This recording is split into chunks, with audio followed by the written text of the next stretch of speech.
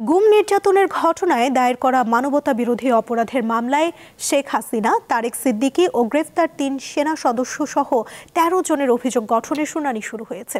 প্রথম দিন মামলার আসামি ৩ সেনা কর্মকর্তাকে ট্রাইব্যুনালে নেওয়া হয়। আওয়ামী লীগ সরকারের সময় ডিজিএফআই এর বন্দিশালায় গুম করে নির্যাতনের অভিযোগে দায়ের করা মানবতা বিরোধী অপরাধের মামলায় অভিযোগ গঠনের শুনানি শুরু হয় রবিবার। এ মামলায় আসামি সাবেক প্রধানমন্ত্রী শেখ হাসিনা, তার প্রতিরক্ষা বিষয়ক সাবেক উপদেষ্টা তারিক আহমেদ সিদ্দিকী, পলাতক ডিজিএফআই এর সাবেক ৪ মহাপরিচালক ও গ্রেপ্তার ৩ সেনা সদস্য সহ ১৩ জন।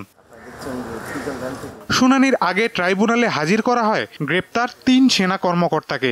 সাদা পোশাকধারীরা নম্বর প্লেটবিহীন মাইক্রোবাসে করে তাদেরকে কিভাবে তোলা হতো, তোলার পরে তাৎক্ষণিকভাবে গাড়ির মধ্যে তাদের সাথে কি আচরণ করা হতো, তাদেরকে ব্লাইন্ড ফোল্ডেড করা হতো, হাত করা পরানো হতো, তাদেরকে টর্চার করা হতো, তাদেরকে ইলেকট্রোকিউট করা হতো, তাদেরকে কাউকে ইঞ্জেকশন দিয়ে অজ্ঞান করা হতো। এই যে কাজগুলো ইমিডিয়েটলি আফটার পিক আপ, এই কাজগুলো তারা করতেন। শুনানিতে চিফ প্রসিকিউটর অভিযোগ আমলে নেয়ার আবেদন করেন।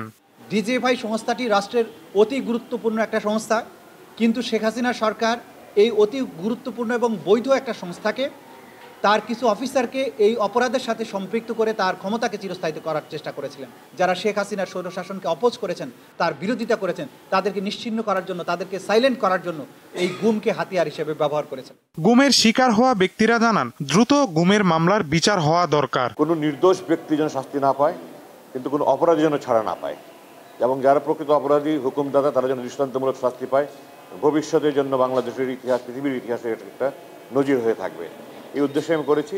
কোনো ব্যক্তিগত প্রতিহিংসা বা জিঘাংসার জন্য আমি মামলা করিনি। এই মামলার পরবর্তী শুনানি ৯ ডিসেম্বর ধার্য করেছে আন্তর্জাতিক অপরাধ ট্রাইব্যুনাল ১। মাহিদুর রহমান, দীপ্ত সংবাদ, ঢাকা।